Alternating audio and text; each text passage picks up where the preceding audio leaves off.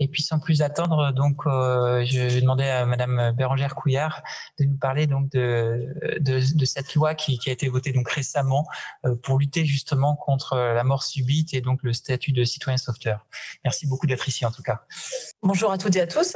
Écoutez, moi je tiens particulièrement à remercier évidemment Monsieur Sacher pour son invitation, évidemment toute l'équipe de l'IRIC et tous ceux qui participent évidemment à cette journée.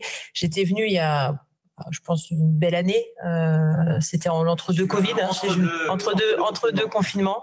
Voilà, découvrir l'activité et puis évidemment l'équipe qui agit au quotidien. Et j'avais promis de revenir. Et donc, je profite de cette invitation pour évidemment être parmi vous aujourd'hui. Alors, je viens parler de la loi qui a été votée.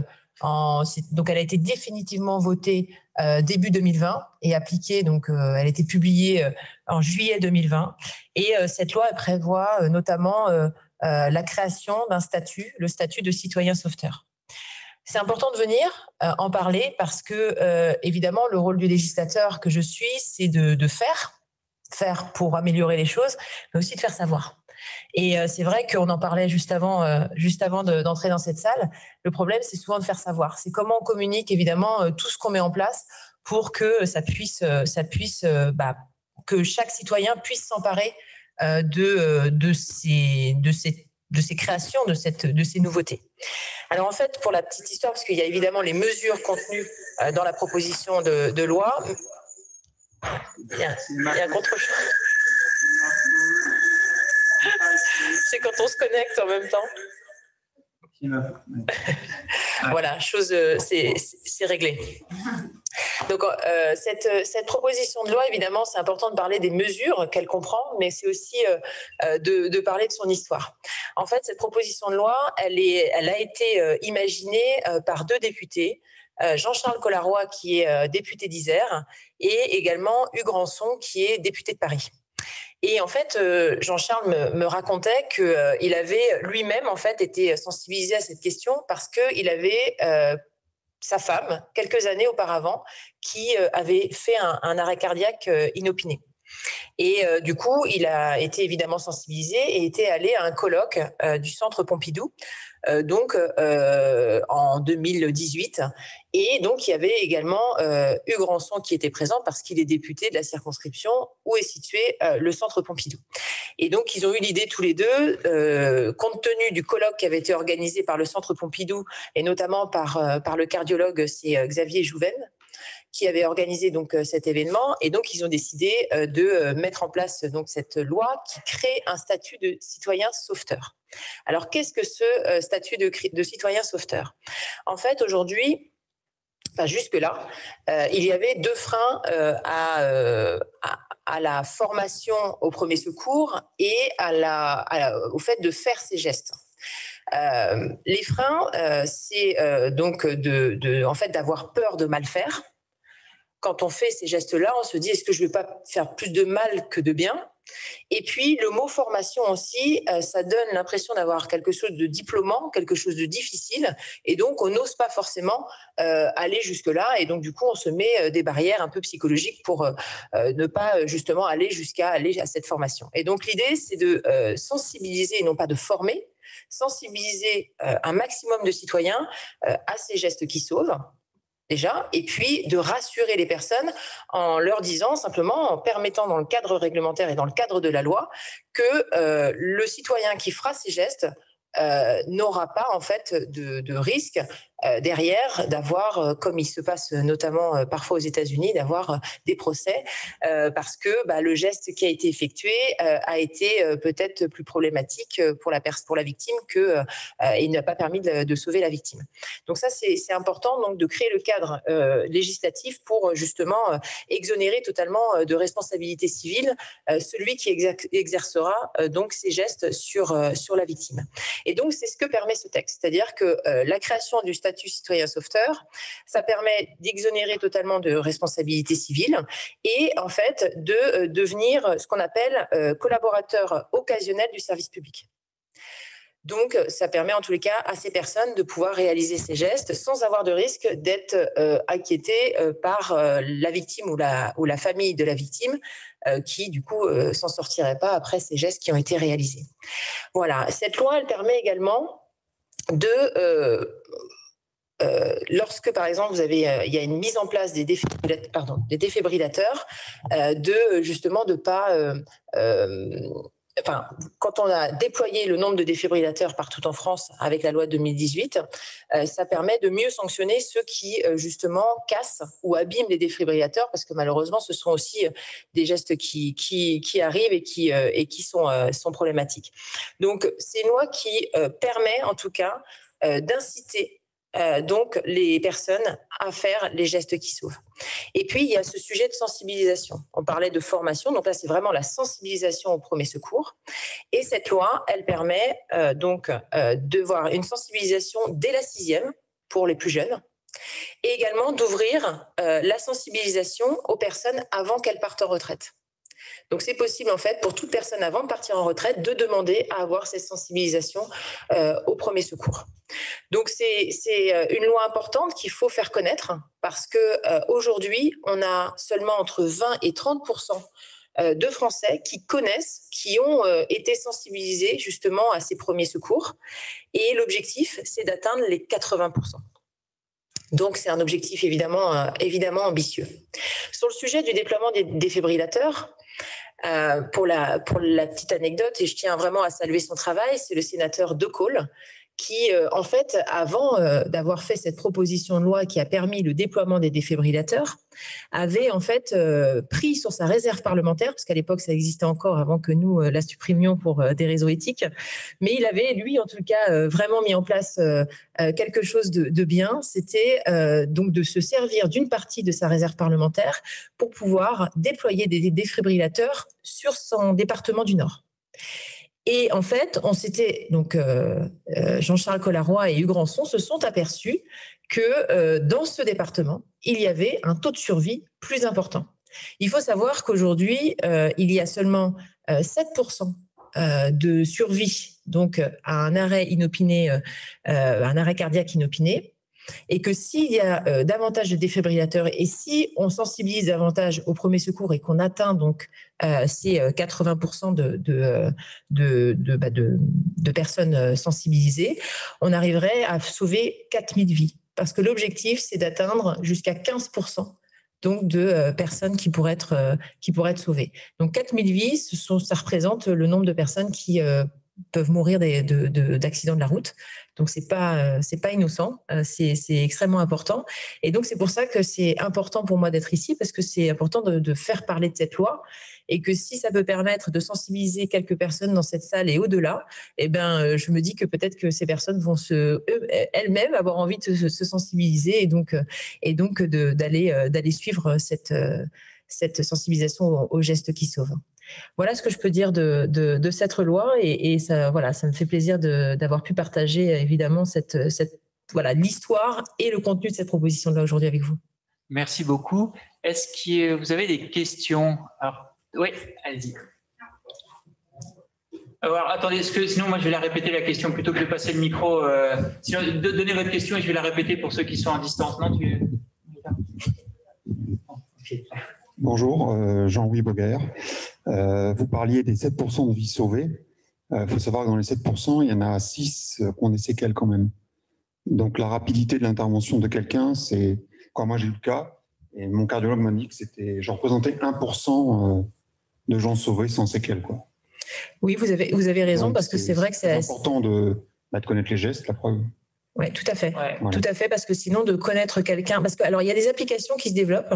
C'est ce que me disait justement mon collègue député Jean-Charles Collaroy. Il y a des applications qui se développent. Alors, il m'a donné les noms, mais je vous avoue que je ne les ai pas. Voilà, Sauve Life et d'autres. Voilà. Et ça permet de savoir qui, en fait, d'avoir une alerte et donc de se rendre sur le lieu lorsqu'on a été justement formé au premier secours. Mais vous avez raison, notamment, donc Jean-Charles le dit très ouvertement, sa femme a été 20 minutes dans cette situation en attendant l'arrivée des pompiers et que si lui n'avait pas eu ces gestes maladroits parce que lui-même avait eu une formation 10 ans plus tôt dans une association, auprès d'une association de tennis, donc vraiment il avait que de vagues souvenirs. Et ben, je pense que sa femme ne serait plus là. Donc en effet, il faut intervenir très rapidement et donc faut pas faire attendre évidemment. Moi, la personne qui m'a sauvé, elle avait fait les gestes dans son entreprise. Oui. Elle avait fait une fois et j'ai eu la chance qu'il soit là. Et les pompiers sont arrivés, ils étaient à 10 minutes de la maison, quoi. Donc la preuve. Bien sûr. Ouais, tout à fait. C'est très important, effectivement, à chaque minute compte. Et le message, et vous l'avez bien dit, c'est-à-dire qu'il n'y a pas de mauvais gestes de secours devant quelqu'un en arrêt cardio-respiratoire, donc il ne faut pas hésiter à faire les gestes. Juste par curiosité, qui est formé aux gestes de premier secours dans la salle? Donc ça, c'est très bien, c'est bien. Et donc il y a encore du travail, mais c'est bien, il y a quand même pas mal de gens, donc il ne faut vraiment pas hésiter. Et vous l'avez très bien dit, il n'y a pas d'appréhension à avoir, quoi. Vous pouvez pas faire de mal. Enfin, voilà, on est dans une situation où il faut faire quelque chose, donc c'est vraiment très important. Donc il y a cette application effectivement. Alors sur Bordeaux, c'est Sauve Life que le SAMU a identifié. Vous pouvez vous inscrire et l'idée, c'est que si vous êtes formé aux gestes de premier secours, si dans votre périmètre il y a quelqu'un qui vient de faire un arrêt cardiaque, vous allez recevoir une alerte, soit pour aller directement auprès de la personne et en fait ils vont répartir le monde sur place, soit pour aller chercher un défibrillateur le plus proche parce qu'ils sont géolocalisés également. Donc ça permet justement de gagner toutes ces minutes, enfin secondes à minutes qui sont absolument précieuses et qui, comme vous le dites très bien, vont faire la différence entre récupérer très bien comme vous ou avec malheureusement des séquelles parfois quand c'est plus tardif, quoi. Je pense que ce qui fonctionne bien, c'est essayer d'avoir justement des entreprises qui s'engagent avec la mise en place d'un moment de sensibilisation. Je sais qu'on l'avait fait à l'Assemblée nationale parce que c'était assez marquant pour cette loi justement, avec la présence donc du président de l'Assemblée nationale, donc Richard Ferrand, et puis il y avait 300 personnes présentes, 50 députés qui avaient pu participer. Et je crois que c'est ça aussi qui fait que il y a un attrait, il y a un moment de collectif et ça permet en tous les cas de former, de sensibiliser, j'enlève ce mot de ma bouche, de former, sensibiliser un maximum de personnes donc aux gestes des premiers secours. Et donc, il ne faut pas hésiter à en parler évidemment autour de vous. Vous avez l'air évidemment très sensibilisés parce que vous avez été nombreux à lever la main, mais c'est important de sensibiliser autour de nous pour que ça se mette en place. Moi, j'avais un point de question. Enfin, n'hésitez pas. Oui, alors allez-y, je pose une question. Il y a aussi un autre problème, par exemple, en campagne. D'abord, vous avez des voitures qui sont verts, des LPD, je ne sais pas quoi écrit dessus, et ce qui ne sont pas, ça n'est pas parlant du tout. Et deuxièmement, souvent, c'est quoi? Attends, excusez-moi, je vais juste répéter vos questions à la fin pour être dans le micro pour ceux qui sont à distance. Donc, le premier point de remarque, c'était qu'en campagne, c'est un peu compliqué parce que il y a pas un maillage très important, c'est ça? Et que le boîtier est en vert avec D-E-A ou A-E, je ne sais pas bien là, c'est pas parlant. Et donc, il y en a pas, que le maillage n'est pas très important et qu'en plus, la signalétique est peut-être pas explicite pour tout le monde. Ouais. Et en plus, très souvent, on trouve ces boîtiers à l'intérieur de la salle des fêtes ou des mairies qui sont fermées à clé. Et alors là, c'est un problème où il y a accéder. Et ça, c'est un autre point très important à signaler, c'est que parfois, par peur de vol, de dégradation, je ne sais pas quoi, ils sont enfermés quelque part. Monsieur Campistran, je pense, on avait discuté d'un défibrillateur comme ça qui était dans le coffre-fort du centre de sport. Donc ça, c'est effectivement, c'est un petit peu moins efficace. C'est lui qui a le code un peu. C'est ça, c'est lui qui a le code. Alors, pour la petite histoire, nous, on avait formé dans les clubs de sport avec Mme Piquet, on avait lancé des formations gestes de premier secours chez les jeunes dans les clubs de sport également. Et on avait fait un exercice comme ça, sans dire où était le défibrillateur. Allez-y, il y a quelqu'un en arrêt cardiaque, allez-y, débrouillez-vous. Et parfois, les gens ne savent même pas où est le défibrillateur. Donc, il doit être visible à l'entrée. Et effectivement, si c'est dans un bâtiment fermé à clé, c'est moins efficace. Mais c'est encore une fois l'intérêt de faire et de faire savoir. C'est-à-dire que quand on a un défibrillateur, il faut le dire. Il faut le dire autour de soi et il faut le faire connaître. Il faut dire qu'il est là. Donc voilà. Et pour le sujet notamment d'éviter de cacher les défibrillateurs, c'est parce qu'en fait, il y avait malheureusement des détériorations ou des vols. Et c'est pour ça qu'on a renforcé les peines. Et donc, c'est aujourd'hui 5 ans de prison et 75 000 € d'amende. Donc, la peine n'empêche pas l'acte, malheureusement, délictueux, mais en tout cas, certains peuvent hésiter à le faire compte tenu de la peine encourue. Et par rapport au maillage aussi, il y a des applications. Alors, Sauve Life, il y a aussi la localisation des défibrillateurs, mais vous avez plein d'applications où vous pouvez avoir sur votre smartphone où est le défibrillateur le plus proche, quoi, hein. Il y en a plein. Hein. Stay in Life, oui. Stay in Life, c'est à Paris. Et là, ils ont pris. Alors, ça, voilà, ça. On ne va pas rentrer dans les choses, mais il y a 2 applications en fonction si c'est le SAMU de Paris ou les pompiers de Paris. Et donc, il y a Stay in Life et Sauve Life. Et bon, à Bordeaux, ils ont pris Sauve Life. Donc, au moins, en Gironde, et je ne sais pas en Nouvelle-Aquitaine, mais en tout cas en Gironde, il n'y a qu'une application qui marche. Je vais poser une question d'une formation comme ça, et je demandais aux formateurs,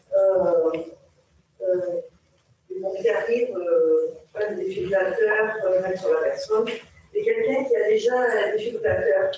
Est-ce que ça peut poser un problème, mais il est capable de répondre? On ne le sait pas. Ouais.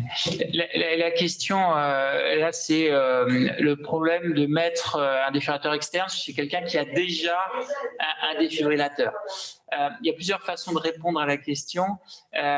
Normalement, si vous avez déjà un défibrillateur et s'il marche bien, vous pouvez poser les pages dessus, il ne se passera rien puisque la machine va reconnaître qu'il n'est pas en fibrillation, sinon le défibrillateur qu'on a en soi aurait déjà dû traiter. Après, il peut parfois y avoir des dysfonctions de défibrillateur qui ne marchent pas pour des raisons X ou Y, des problèmes de sonde ou autre. Et à ce moment-là, il vaut mieux mettre le défibrillateur externe qui va pallier à la dysfonction. Donc non, encore une fois, on est vraiment dans les urgences vitales. Donc il n'y a pas d'appréhension à avoir, il faut le mettre. Soit il n'y a pas besoin d'être choqué et la machine ne choquera pas, soit vous êtes quand même en arrêt et même s'il y a le défibrillateur, c'est qu'il y a eu un problème avec le défibrillateur, donc il faut le faire. Donc là, il n'y a vraiment pas de scrupule à avoir. C'est vrai que ça nous a fait avancer à ça. Et je pose la question. Sachez qu'un rapport doit être mis chaque année par le ministère auprès du Parlement pour savoir justement comment évolue sur différents critères que je n'ai pas, mais en tous les cas comment fonctionne la loi et est-ce qu'il y a justement une amélioration de la situation et un taux de survie plus important. Voilà.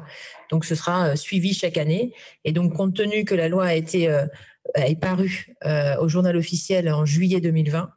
Il est normalement prévu d'avoir un rapport en juillet de cette année. Voilà. Très bien. Merci beaucoup. Merci à vous.